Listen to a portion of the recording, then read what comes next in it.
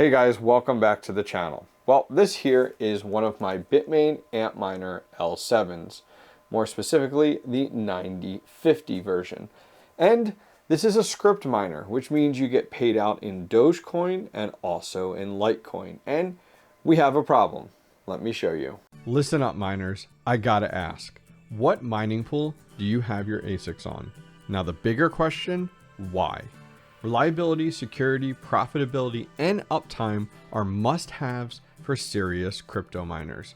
All reasons why I've been running my new Bitcoin, Caspa, and Scrypt miners on ViaBTC.com.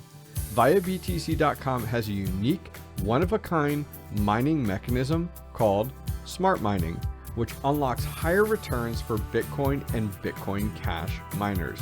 In addition, what sets ViaBTC.com apart is their hourly payouts, auto withdrawal, and conversion system, which I gotta say is super convenient.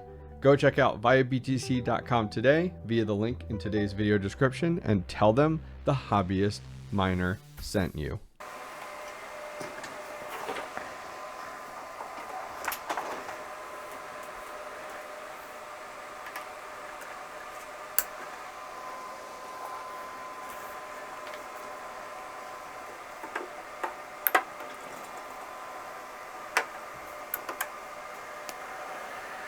All right, our ASIC is up and running. It doesn't sound quite right. Not really sure how to explain it. So let's go ahead and go over to the computer. And over here, you can see we're only at 6 gigahash. We should be at 9. Now, if we take a look down below, all three of our hashboards are showing. But look at this. One of the hashboards, get a little closer here, is not hashing. The other two are 3.2, 3.2, and this one is at 0. And you can see over here our inlet, it's at 0 as well. So my first thought is this a bad hashboard? I don't know. I'm not sure exactly.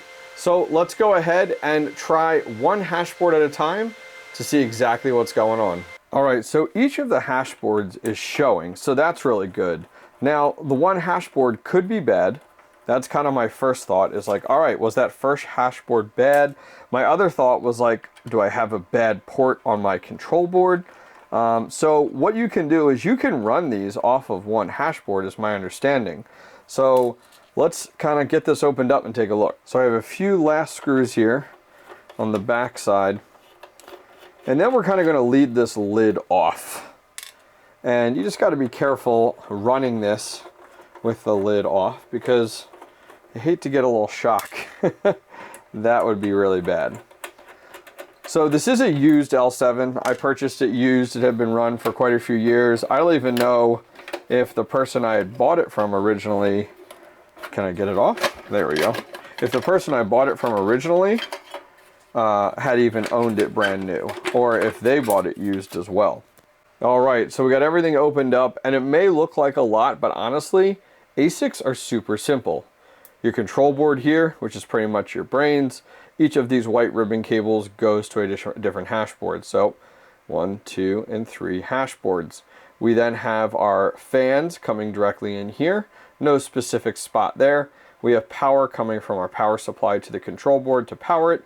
And then we have a communication cable going from the control board into the power supply, and that's it. Nothing too crazy. So my thought is let me try to run these one at a time. All right, we're making progress, keeping you guys up to date. This port in the upper corner is working all by itself with one hashboard. So now we're gonna run through all the hashboards here and see exactly if all three of them work in this good working port. All right, I thought we'd unplug the ASIC, a little quieter this time. We made progress. So the port in the front here is working out well for a single hashboard to be plugged in. The ones in the back didn't like it. I don't know if that's some type of configuration or not. However, this hashboard works in this port. The back hashboard, we'll call this hashboard 3 for now, works in this port. Hashboard number 2 plugs in this port, but gets some errors. And we'll look at that in just a minute. The last thing I want to do is I'm going to swap this ribbon cable with this ribbon cable, as we know this one's good and we know that Hashboard's good, just to rule out like a bad ribbon cable or something like that. Last test before we go, unfortunately, thinking it's a Hashboard. All right, I think we found our issue. Unfortunately, I think it's Hashboard. So, and you guys correct me if I'm wrong, we have here chip settings get LTC detect 77 chips. It should be 120. LTC detect 78 chips. Detected ASIC num less than design. LTC detect 120 chips. So that's kind of what we're getting there. It looks like that, and when I scroll down, we got a bunch of calibration, and then down here, read temp error, temp count 3 chip, temp count 3 inefficient or effective value count. And then it continues to give us that error.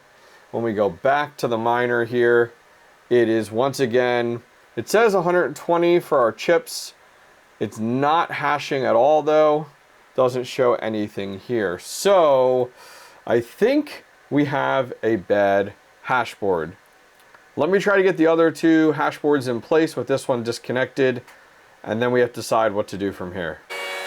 All right, we have 2 of the 3 Hashboards currently mining right now, up and running. Let's go ahead and walk over to the computer here and take a look. All right, so you can see here, those 2 are running. We know they're the 2 good ones, showing 120 chips.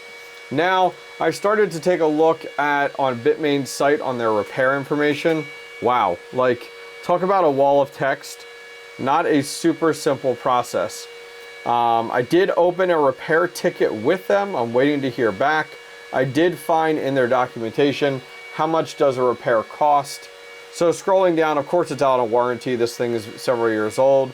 Let's take a look. Hashboard L7, $162. It's actually not bad. I would have expected it to be worse. So what I'm gonna do is, let's go ahead and remove the bad Hashboard.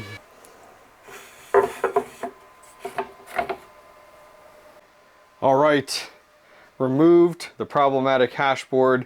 We're gonna get this back up in mining. 6 terahash, not too bad. I'm actually really curious before we leave on what this is gonna use for watts, so we'll get that plugged in.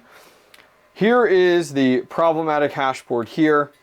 I am not exactly sure what I'm looking for, but I'm not seeing any black or charness in here.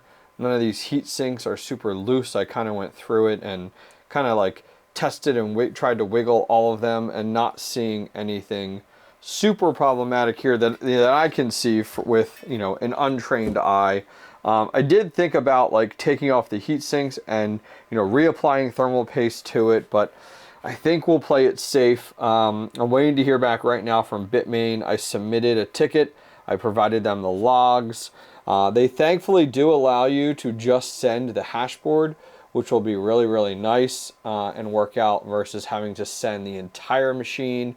I originally thought that was the case. Now, in anticipation of this being a bigger problem, because in my previous testing, I didn't think it was the Hashboard, I went ahead and picked up from Altair Tech here. We have a new power supply as well as a replacement control board. Now the nice thing is I can use these on a number of other of my ASICs that I have.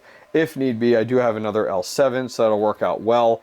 And then same thing here. This is a super common power supply on all of the Bitmains, the APW units. So I'm like, okay, cool. So I didn't end up needing these for now, but who knows? Maybe I'll get the Hashboard back and I made some massive mistake. But I will be holding on to these. I'm not going to return them or send them back because it's always nice to have additional backups. In this case, backup power supply as well as a control board, I think will work out really well. I'm going to keep you guys updated on how we make out with this, with our repair experience with Bitmain. There is a repair facility in Delaware, so I'm hoping maybe this won't take that long. We'll have to see. Before we go ahead and head out, let me get this plugged in and I'll be able to tell you guys exactly what the watts are with just 2 hash blades. All right, we are at 6 gigahash there. Let's take a look at the watts of the wall. 2,300 and 30, we'll say right now, for just 2 hash blades. All right, we'll make it work. Guys, I'll keep you updated on how we make out with Bitmain. Hopefully this is a quick process. For Altair Tech, guys, I'll put a link down below to them. They've become a great company in the last bear market to work with. Huge shout out to them. Link directly down below to Altair Tech. I'll also put a link if you guys have any Bitmain hardware that you need to get repaired and you're interested in some of the documents that I showed on screen. I'll put those directly down below. All right, guys, till next time, take care. You know quantum computers, you know blockchain, but do you know both together? Dynex was the first platform to create a neuromorphic supercomputing blockchain-based algorithm which solves real-world problems.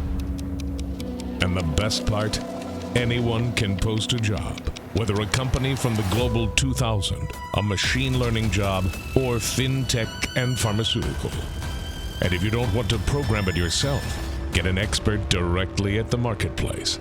Run the job and be impressed by the fast result.